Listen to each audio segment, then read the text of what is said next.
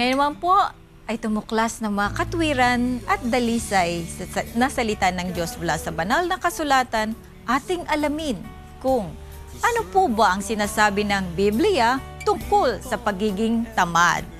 Yan po ay sasagutin ng the most sensible preacher of our time, walang iba kundi si Brother Eli Soriano sa Biblically Speaking.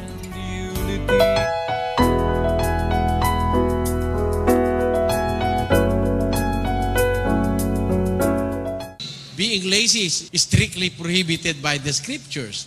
Let us read from the book of Romans chapter 12, which says, "Not slothful in business, fervent in spirit, serving the Lord." sa Tagalog, Huwag mga tamad sa pagsusumikap, maninga sa espiritu, mapaglingkod sa Panginoon.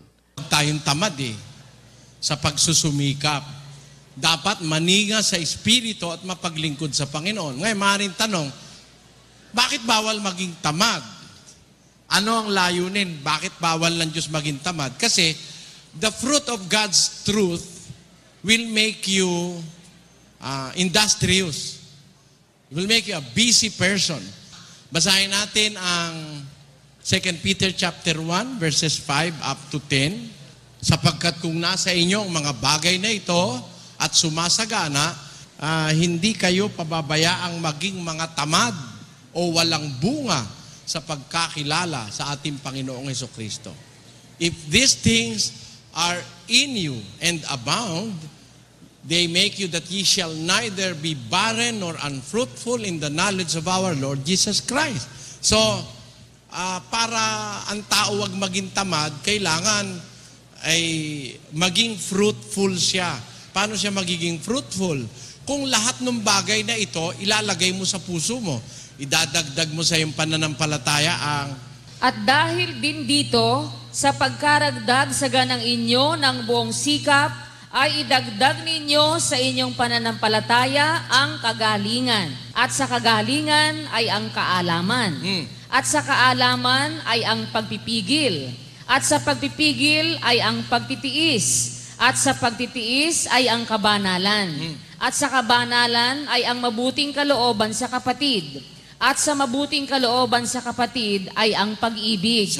Sapagkat kung nasa inyo ang mga bagay na ito at sumasagana, ay hindi kayo pababayaang maging mga tamad. Ayun, hindi ka pwedeng maging tamad pagka nasa iyo lahat itong pinaparagdag na ito Idagdag nyo sa inyong pananampalatayang kagalingan, sa kagalingan ay ang kaalaman, sa kaalaman, idagdag nyo ang pagpipigil, sa pagpipigil ang pagtitiis, idagdag nyo sa pagtitiis ang kabanalan, sa kabanalan ang mabuting kalooban sa kapatid, ang mabuting kalooban sa kapatid, idagdag mo naman pag-ibig.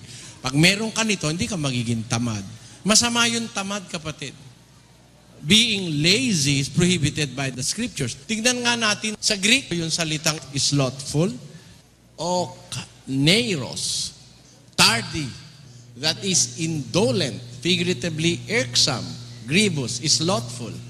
Bawal talaga ng Diyos yung tamad. Kaya kung Biblia pag-uusapan, ang tao dapat busy. Natatandaan ko merong isang kawikaang English, an idle mind is the workshop of the devil.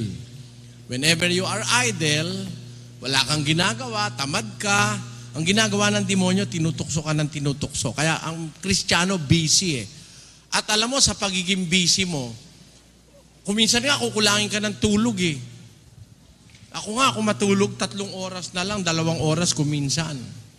Kuminsan sa 48 oras, ang tulog ko 2 oras lang Marami ka kasing pwedeng magawa sa ikabubuti ng kapwa at ng sarili, kaya hindi tayo pwedeng maging tamad kung tayo Kristiyano. Marami kang pwedeng gawin, magbasa lang ng Biblia, maganda Di ba?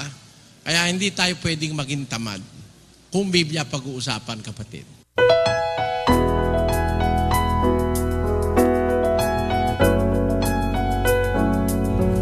Salamat sa Diyos, Brother Eli Soriano. Kita mo, Doktora, yung kahalagaan ng pagiging masipag. Tingnan nyo yung tamad. Ayun.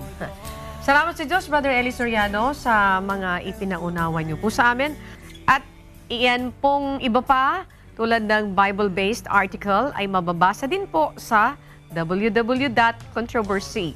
Extraordinary www.isoriano.blogspot.com. Mayroon pa Dr. Days. Narito rin ang www.isoriano.wordpress.com at www.elisoriano.com.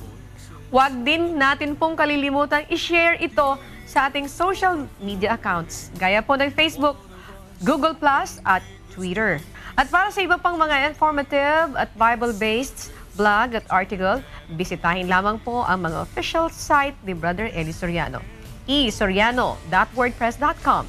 Meron din pong twitter.com, Brother Eli Soriano. Facebook.com, Brother Eli Soriano. Yan po, mga kasambahay. Okay, at para rin po sa ating mga kasambahay, maaari nyo pong mapanood ang mga makabuluhang programa ng UNTV, kagaya ng Kaagapay. In real time, bumisita lamang sa aming website, www.untvweb.com. At para naman sa inyong mga katanungan at suggestion, maaari nyo rin pong ipadala sa kaagapay@untvweb.com. Maaari nyo rin pong i-download ang UNTV mobile app sa inyong smartphones for free. Okay, salamat po ng marami sa Diyos, mga kasambahay. At hanggang sa susunod na Martes, ay masamahan nyo pong muli kami sa pagtulong at paggabay sa ating mga kababayan. At sa awa tulong ng Diyos, ay patuloy pa rin ang marami naming public service dito sa programang Handang Lumingap sa Kapwa. Ako po inyong lingkod, Dr. Daisy Lim Kamitan. Magandang gabi. Ayan. Salamat po sa inyong walang sawang pagsuporta. Samahan niyo pa rin po tayo sa ating paglilingkod bayan. Sa panguna pa rin po ng ating Kuya Daniel Rason, inimantabi si Annie Rentoy. Kami po ang inyong mga Kaagapay. Ka ng damdamin.